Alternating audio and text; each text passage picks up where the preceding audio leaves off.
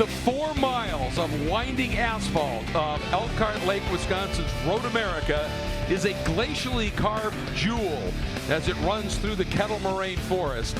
And it is an absolute gem, loved by rider and fan alike. The crowd here this weekend is huge, and they are ready for the Steel Commander Stock 1000 Race 2, all part of MotoAmerica's Superbikes at Road America weekend.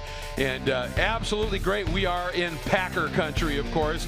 We're in Harley country. We're in sports country here in central Wisconsin. I'm Greg Creamer, joined by Roger Hayden. And Roger, this is such a special venue in general. You know that every rider, when they see the schedule come out, they're looking for Road America. And with this new pavement, you wouldn't think this place could be better than ever. Folks, it is.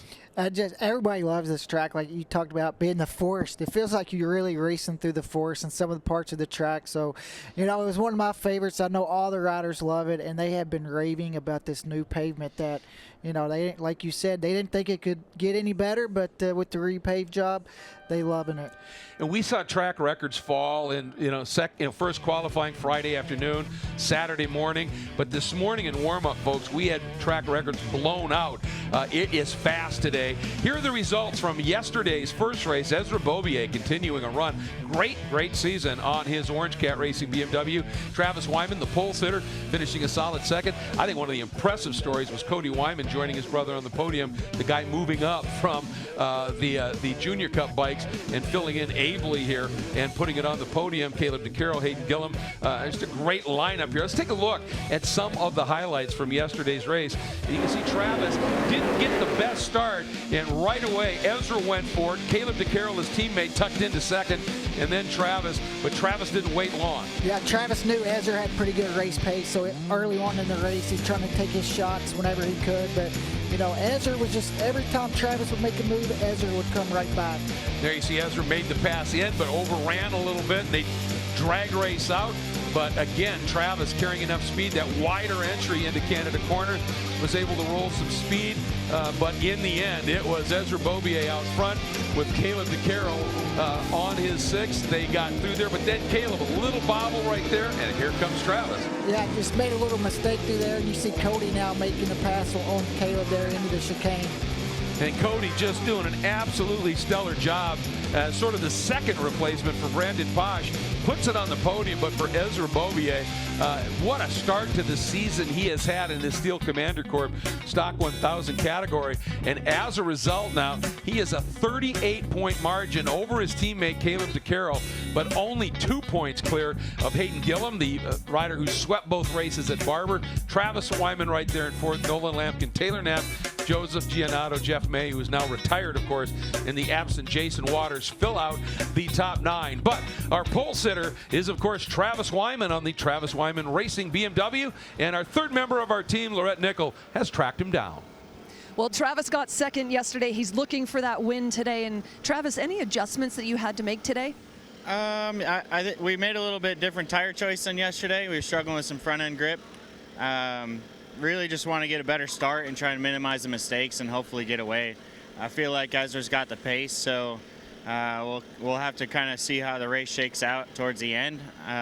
Me and Ezra get along great, and he's a great rider, and he had a good race yesterday, but hopefully I can take the top step. Yeah. And if you think that Ezra has a little bit more pace than you, how do you protect your lines? I will have to see how it shakes up. I mean, we set pole, but in the race yesterday we were about a second off of that, so I think it's manageable. Really, the weather has changed the track every time we go out, whether the sun's on it or it's cloudy or it's cooler or hotter. Really, we'll just have to see what it's like on the first lap and go from there. Best of luck. Thank you so much. And behind him is Ezra Bobier, and Ezra is now getting geared up. And Ezra, on this BMW, Travis thinks that you might have more pace than him. What do you do off of this start?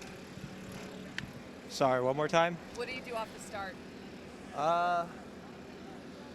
Try to do what I did yesterday. Whole shot and put my head down. I felt really good this morning. We found a couple of things with the bike, and I feel really good. I think we have a little bit of pace, and if I just ride like I've been riding all weekend, I think we'll be in a really good spot. Best of luck. Thank you so much. Greg? Thanks, Lord. Yeah, he has really been on form this year. He's stepped it up noticeably. And I don't know if it coincides with his big brother Cameron coming back over and running here, but look what they've been doing here this year. Cameron, of course, 2 Superbike wins, 1 yesterday, 4 podiums in 5 races, leading the championship. 3 wins for Ezra, 5 podiums in 5 races, first in his championship. Not a bad year for the Bobier family. Yeah, and it seems like every time Ezra wins, Cam wins the Superbike race. That happened at Road Atlanta and then happened yesterday as well. And, of course, the guy who was right in the mix in terms of the points battle and swept the weekend at Barber is Hayden Gillum. Lorette? At 3rd spot, Hayden is down here. And Hayden, will you have that inside drive on the first corner? Hopefully, if I can get a good start. Yesterday was pretty good, but as soon as we click second gear, for some reason, all these other guys just start blasting by me. So it's a long run down there, and we're down a little bit on horsepower to these guys. So hopefully I don't get shuffled back too bad and can at least fight with them a little bit going into turn 5. But yeah, we'll see. It's going to be a long race. I need more laps, unfortunately, and yeah. So I think we made some little changes overnight that I think might help. The track's going to be a little bit different today, just with the temperature and everything. So, yeah, we'll see. I just want to hang in there and try to race with these guys. We're wishing you the best of luck, and we're looking at Cody Wyman here on the 5th fastest position, and he made his debut here yesterday on the podium. What are your goals and expectations here today? Yeah, let's just try to get a good start and see what we can do early on. The Saltis team's been working really hard with M4 to try to get some electronics sorted, and I was ecstatic with how yesterday went. Just kept my head down, tried to close the gap, and set up a perfect pass at the end, and it really worked out well. So I'm just having a blast on this GSXR 1000. I want to be on a bike, and this is what I enjoy doing, and it's very fulfilling to be able to make the most of this experience. So thanks to Altus, and appreciate you guys. Do you think that you have a big job ahead of you here? Sorry? Do you think you have a big job ahead of you here? Yeah, it's a big jump. I mean, Travis has been on this bike for like 3 years, so I gotta make a big jump here. Best of luck. Thank you.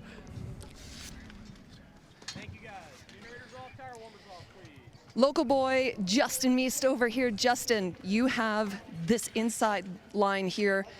Man, what do you have to do to get up front? I just got to get a good start today. Yesterday, I definitely didn't have the greatest start and kind of fell back a little bit. So today, really just need to nail the start. Been working on my launch control and stuff and just hoping to nail that start and get in behind these guys and try to tag on with them. So really excited. And what I'm being told is that this is your hometown track. What does it mean to you to ride in front of this awesome crowd? It's pretty awesome. I would say this and Brainerd are kind of both hometown tracks for me. So local to both of those, and it's really cool. It's a lot of cool fans, a lot of cool people here today, and it's been really fun so far. Best of luck. Thank you so much. Greg? Thanks, Lorette. Yeah, out of Cannon Falls, Minnesota. I know it well, right on the Minnesota-Wisconsin border. That puts him in kind of dangerous territory, doesn't it? Is he a Viking fan? Is he a Packer fan? For you, neither's good, obviously, for a Bears fan. But take a look at this track, because this place is special. It's amazing. And first thing you're going to notice is all the really long straightaways, but the corners are fast as well. Turn 1 all the way down to 3. Really important to get a good drive out of there. All the way down to turn 5, which is a hard braking. See a lot of passes into there. And then kind of the infield part of the track. Turn 6, 7, 8 flows really well. Then the longest right-hander we have of any track, the carousel. Through the chicane, out of there, down to Canada Corner. Turn 12, and then 1 left, and then the right-hander get on the front straightaway. Really fast getting out of there, trying to get that drive. Well, and the interesting thing about the carousel, because it's so long and big, it actually is way more than 180 degrees. It's about 210 degrees. It folds back on itself. It just goes on forever, and it presents a huge challenge for the Dunlop tire engineers and these Dunlop tires here. And the grid's starting to clear as we get ready for the Steel Commander Stock 1000 second race.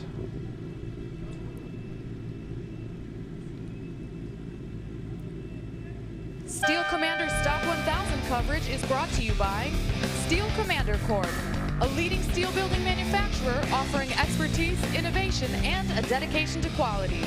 And by Dunlop, the official tire of the MotoAmerica Championship Series.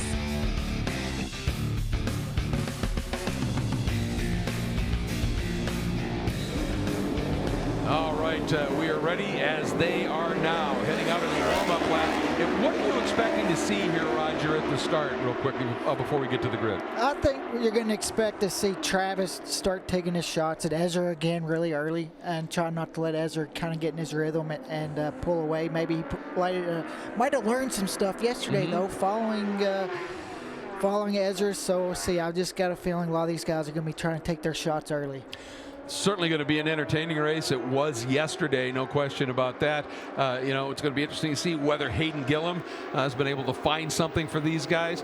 He's so, you know, obviously deep into this points battle as well, that he wants to be able to put one together. Can Cody Wyman, who I think is just one of the big stories here, and you know, you talked about he's ridden the leader bikes before, but I don't think he's ever raced them at this level. And you know, podium yesterday in a temporary fill-in role, that's pretty special. No, it's a really good ride, and I mean, he has rode a little bit of the 1000 and doing some endurance racing, but this is totally different. It's not a Yamaha, it's a Suzuki. It's one that he's never sat on before.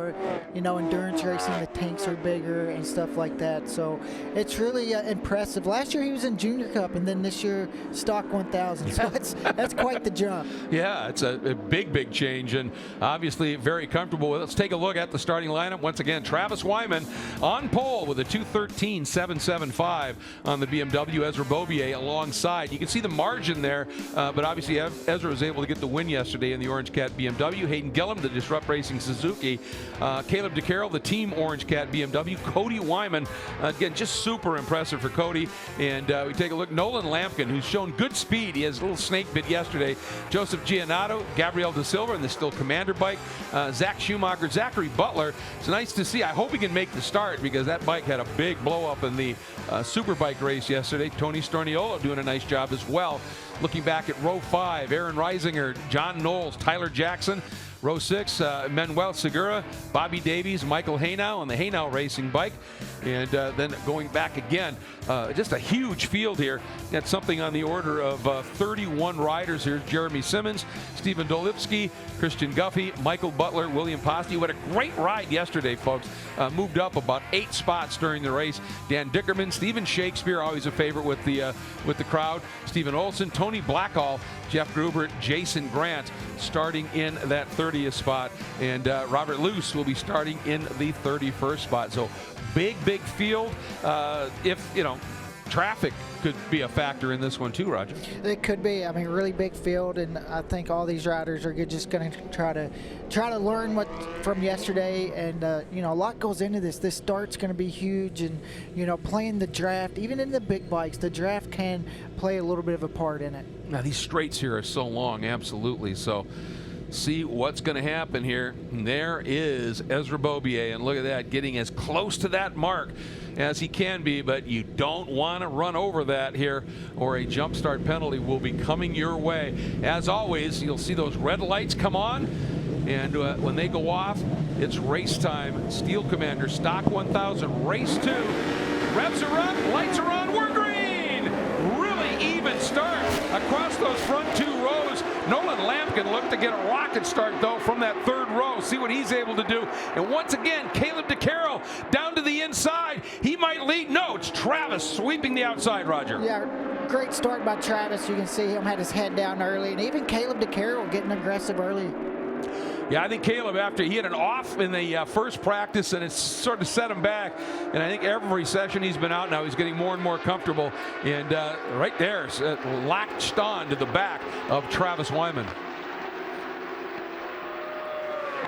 They do haul down this. This is called the Moraine Sweep.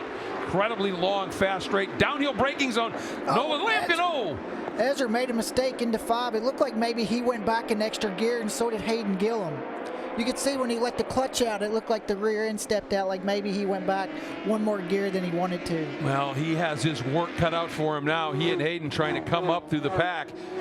And really impressed here with DeCarroll being able to stick right with him. And once again, on that Altus bike, Cody Wyman just sublimely doing the job out there, up into third already, I think. You see Travis really has his head down this opening lap, starting to kind of creep away from Caleb DeCaro and his brother. And it looks like Cody, though, is right there on Caleb and looking to make a pass, maybe here into the chicane possibly. See if he straightens it out. Doesn't quite get up enough. Oh, and he tips the front, trying to turn in. That was he was tight to that entry, wasn't he? That's exactly what happened. He wanted to make the pass, and then he thought better of it and just kind of put himself at the wrong angle while he was trail braking. Easy to do in that corner. Fighting with everything, and these 1 liter bikes are heavy, folks, and he's trying to get that straightened up, thinking he might be able to get back in this here and at least bring it home for the Altus Motorsports people, taking a look at the condition of the bike. Gets it moving now, so that's good news. Might be able to get going again, obviously. Watch it here again. You can see right here when he pulls out to the left, I think he thinks about making the pass, but then realizes he's not close enough, and see how much further it puts him inside the corner and just too much lean angle. I think he thought he might get in the back of Caleb and had too much front brake pressure. I was just thinking that he was trying to also avoid maybe hitting him. So that opens up a little bit of a gap between Travis Wyman, Caleb DeCaro, and then the group behind, led, how about this, by the 71 of Gabriel Da Silva. Gabriel, I mean, he's a former Supersport race winner. He is quick, and he is doing a superb job, and that great start by Nolan Lampkin has him right up in this battle for right now, this final podium spot. Yeah, both these guys now kind of find themselves, looking for the podium, and we're going to see if Hayden Gillum and Ezra Beaubier can rebound from those mistakes. Just seeing where Ezra is now, it doesn't look like he's really making up a lot of ground too quick. And Nolan got the draft pass made, but look at Gabriel Da Silva fighting through.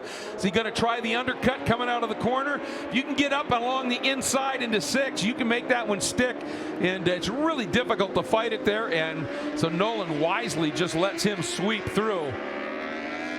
So Gabriel on that, again, that Steel Commander bike, that doing a superb job on that Yamaha. But look at Nolan again, looks at him on that Tom Wood Power Sports BMW. You can see these two guys going back and forth as letting the 5th and 6th guys trying to catch up to him a little bit and close that gap. Let's go back, take a look at the start, because both Nolan Lampkin and Gabriel Da Silva got absolutely great launches that propelled them up into it here. You can see the blue bike of Nolan, but look at Gabriel there. That's 71. Yeah, beautiful job. Just about middle of the frame. He looks to the inside there of Hayden Gillum, so that was a big launch coming from where he started. So a really nice job by Gabriel Da Silva, who started in the 9th spot, and Nolan in 7th. But man, they are now duking it out for 3rd.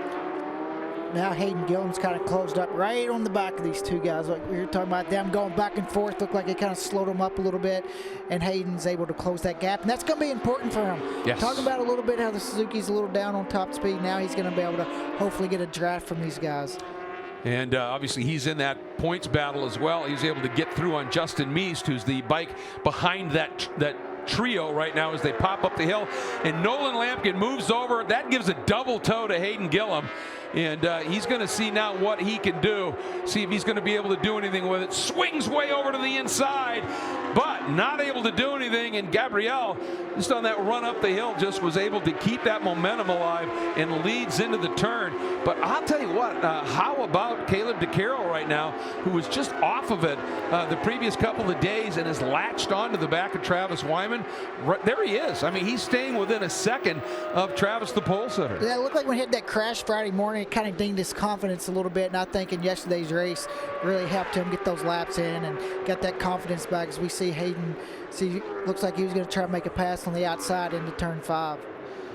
There goes Travis leaning in and looking in the background. Couldn't see whether Hayden was able to make that move here. Just latched on, and just in case you weren't watching, second bike that's just about to come under the bridge there. There's Caleb, little wobble there, and off he goes. Yeah, the rear end steps out and kind of leaves him going out off the track and kind of out of control there at that point, and had to lay it down before he went straight into the air fence. And luckily they had that air fence there. It really saved him.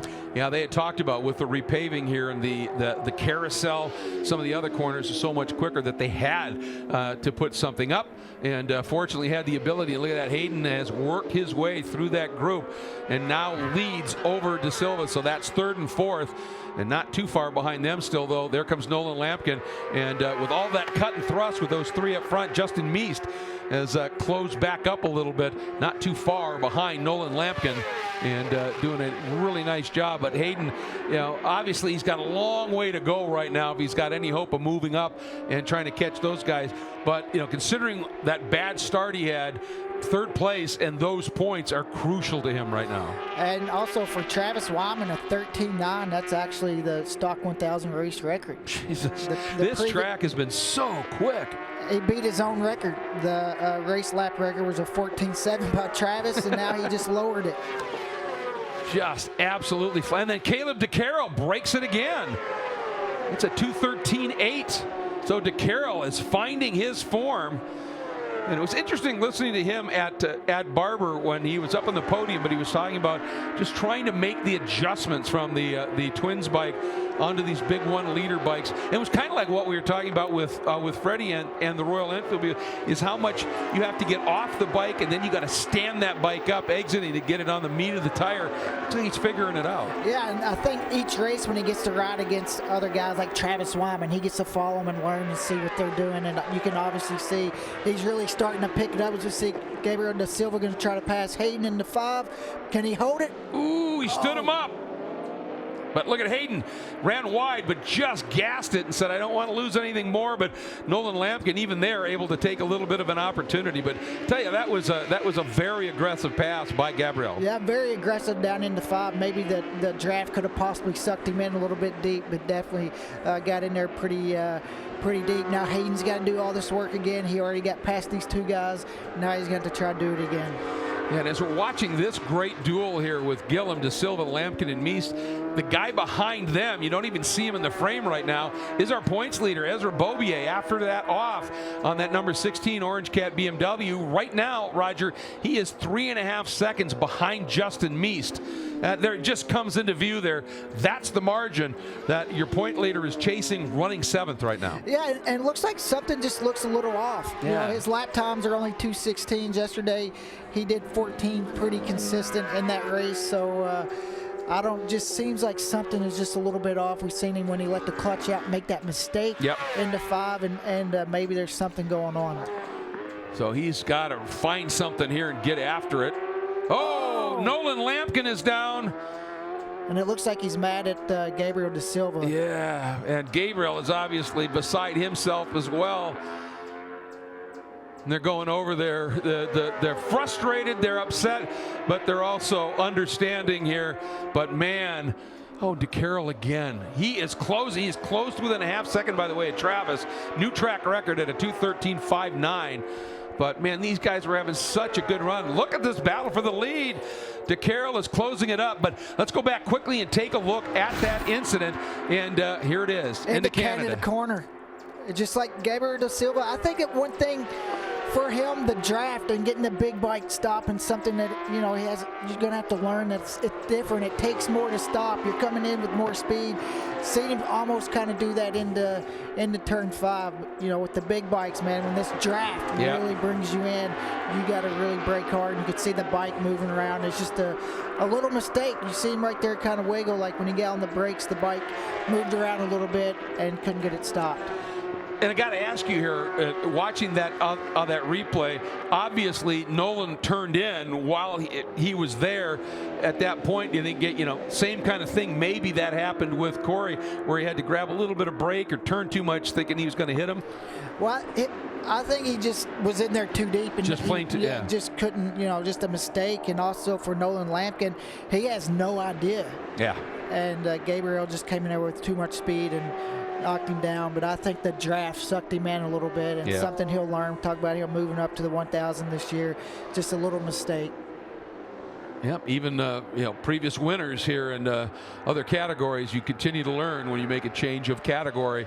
And Caleb had closed up to just a few bike lengths behind Travis, and Travis now has been able to find just a little bit on this lap and managed to ease away maybe by 3 or 4 bike lengths, but he'll take anything right now. But Caleb has come alive. And that last lap, Travis was almost a half a second quicker in that second sector, and that's kind of where he got that little bit of a gap. But, you know, this is the part of the track, this last part, and then the first part of the track is really where Caleb is a little bit faster, a little bit stronger through there. So maybe this lap he can do it again and maybe close it down into 5.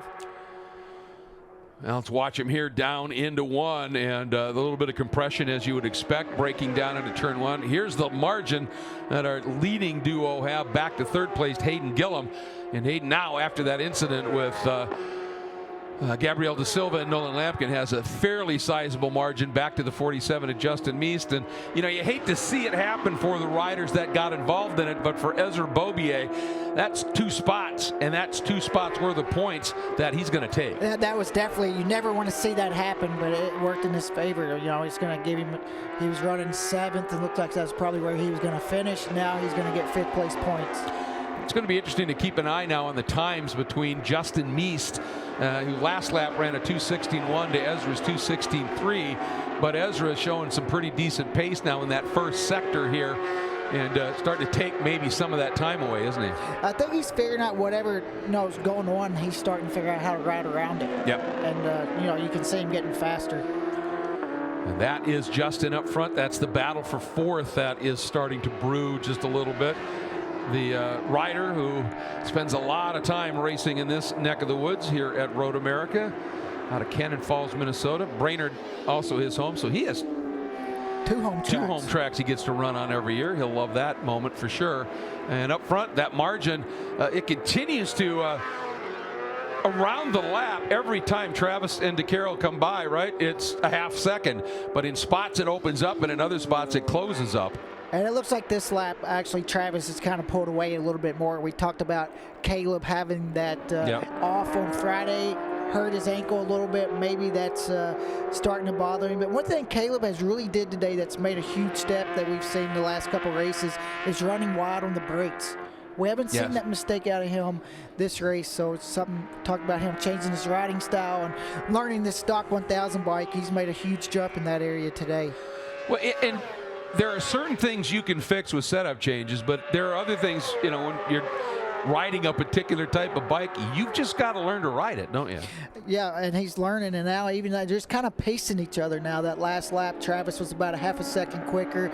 Now the gap's back out to almost 1 second, and right now, you know, in this race, tire wear could start to come into play. That's a really good point. By the way, just to let you know, fastest speeds here through the speed trap, Caleb DeCarroll, 178 miles an hour, folks, on these stock 1-liter bikes. So they are absolutely flying. Look at the interview here. We just saw Caleb DeCarroll go through, and there is Hayden Gillum right now. That margin is about 11 seconds.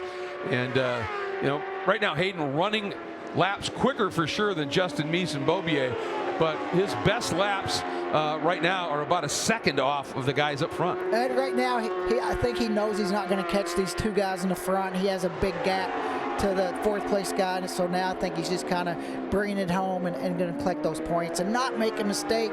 You're not going to close down 11 seconds and through 4 laps. Yeah, it's way too, I mean, that would be foolish at that point. You know, 2-3 seconds, okay, maybe, but that far, you got to think big picture and just say, look, you know, for me to throw it off the track in something vain like that would be pretty bad. And Travis Wyman has, boy, has he clocked in a second sector time, hasn't he? Yeah, he just did a red second sector, means the fastest one of the whole race, and you can see what it has done.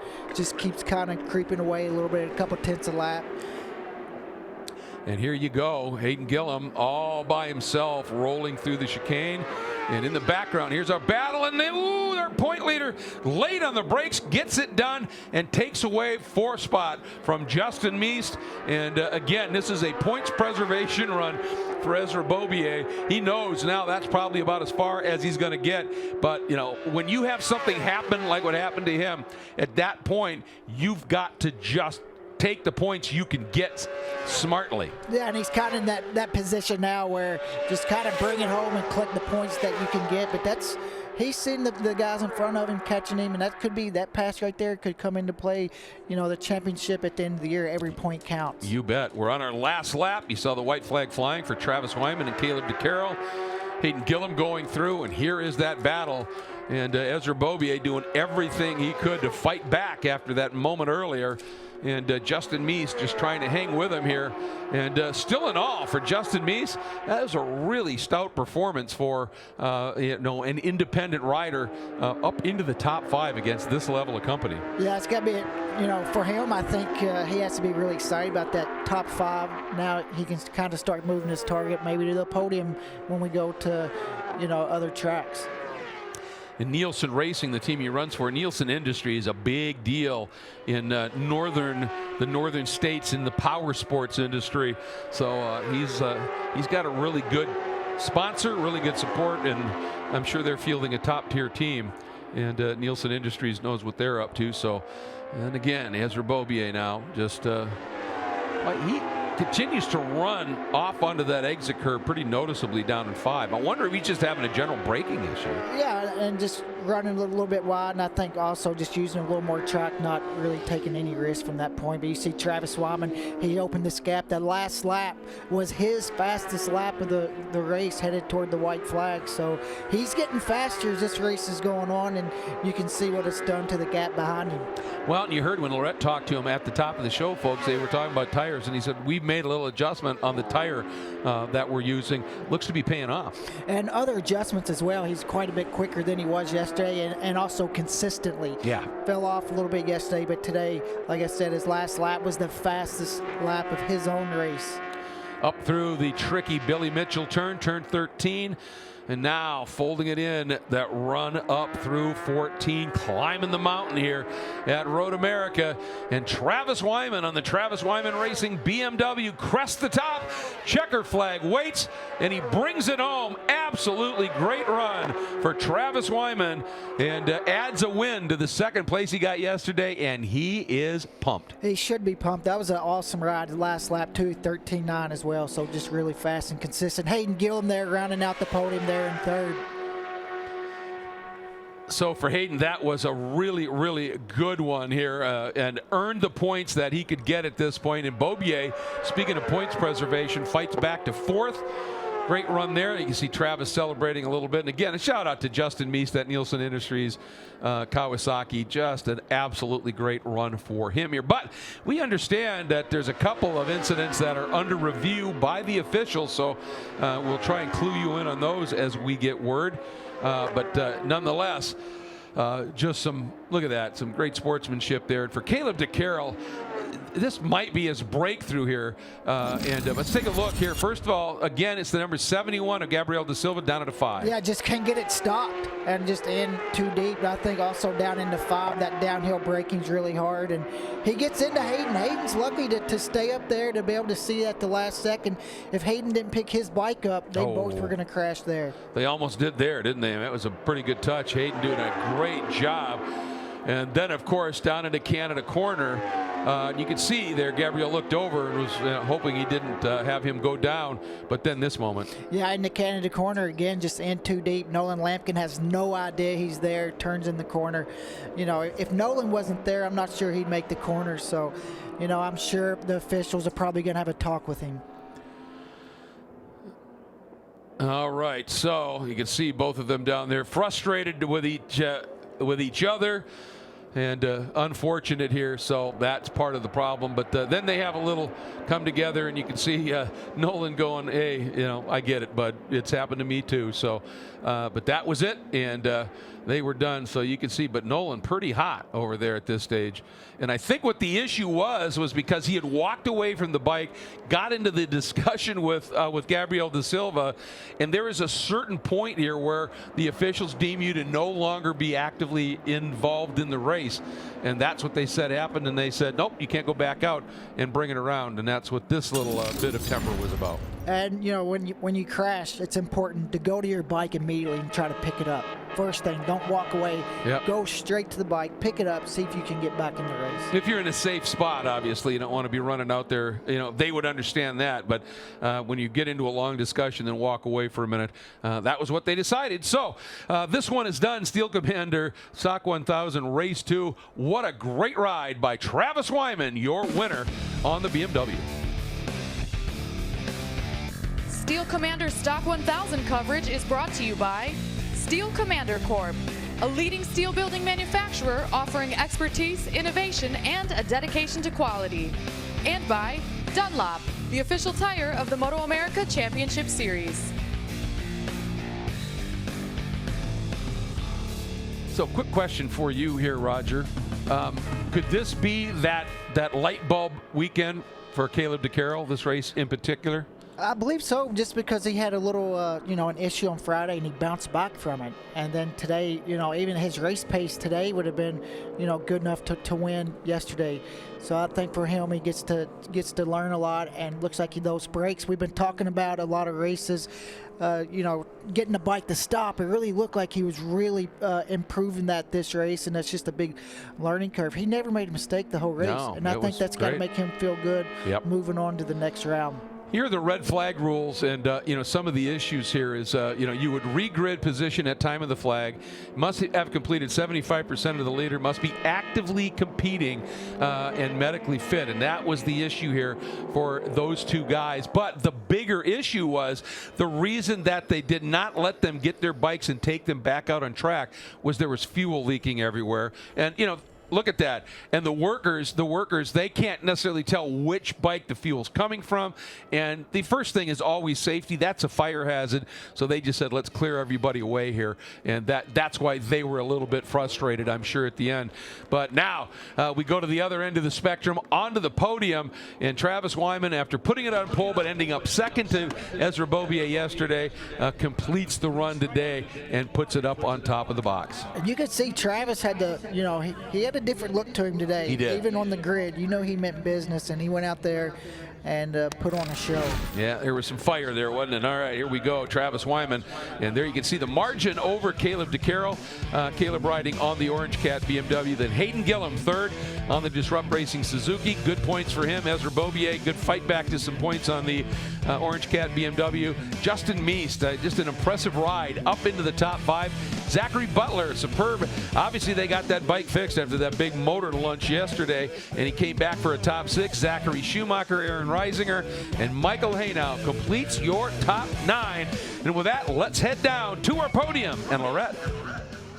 There is so much celebration going on down here, and as Travis Wyman takes his helmet off, his girlfriend Bree is handing him his water. And moving on over to the bike, Travis Wyman, congratulations on that win, a second place yesterday. So overall, a really incredible weekend, I would say. What made the difference for you? Man, I say the start for sure. That's the first whole shot I've got in years. And the guys, BMW, Steve Weir, Alex, David, Bill, my mom, dad, my girlfriend Bree, everyone that supports me and put this package together for me today. I'm glad the track's 4 miles long because I couldn't stop crying. This means so much to me. And to see all these fans out here is insane. It is so cool to see all the people that come out to support us. The Throttle Stop jumped on board this weekend. Motul, SP Connect, Bill Mola helmets, Alpine Star leathers. I got to get all those thanks in first, and then we can talk about the race. And I put my head down from the start, and I knew I had pressure. I kept watching the pit board, but I just clicked off my laps, and it is a perfect day. This means so much to me. Thank you so much. Obviously a very emotional moment for it. Can you pinpoint to what is making you so happy about this? The amount of hours me and Alex have spent at his shop in Austin, Texas, Fastline Motorcycle Performance, and the amount of money that I've put into this program to make it successful and to get this win. I haven't gotten a win since 21, and we finally did it. So this is going to go to my team. Thank you. Travis, congratulations on a very emotional and well-earned #1. And Caleb DeCarroll comes back to the podium. Congratulations. For you, how would you assess your ride?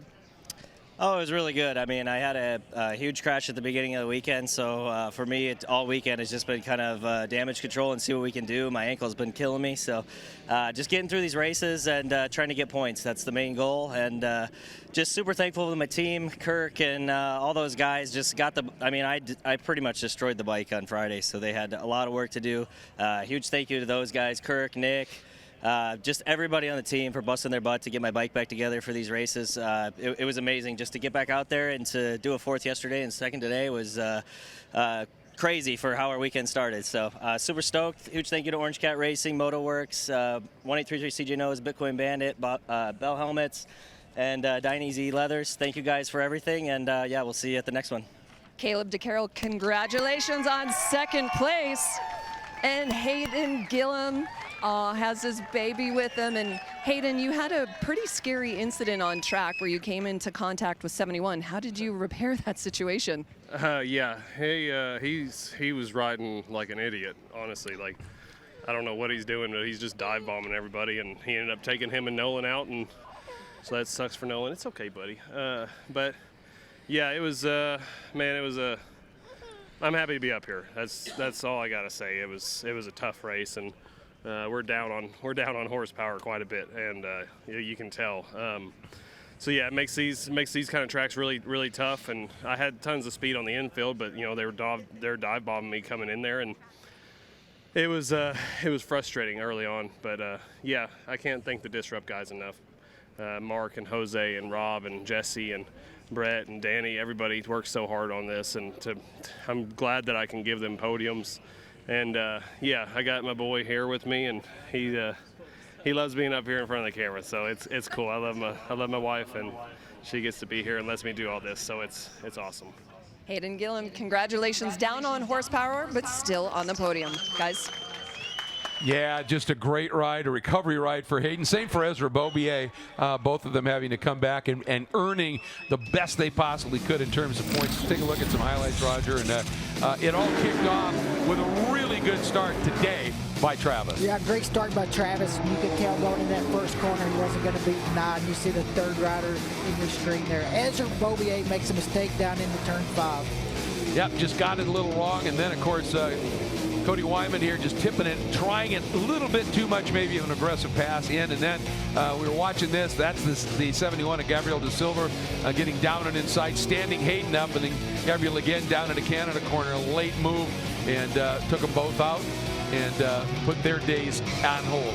Yeah, just a mistake by Gabriel De Silva there, and it's something he can learn from. I think Nolan Lampkin was trying to get back into the race, but you know, with where his bike was and stuff, it was too dangerous for that. But Travis was just out there laying down the laps, really consistent.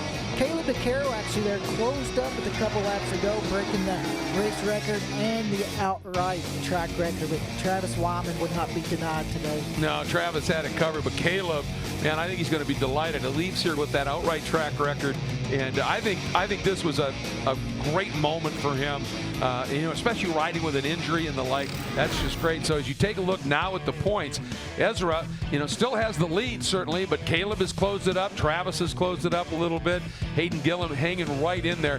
But the energy and the emotion that you heard from Travis Wyman, he doesn't have a lot of different sponsors' names wrapped around that team name.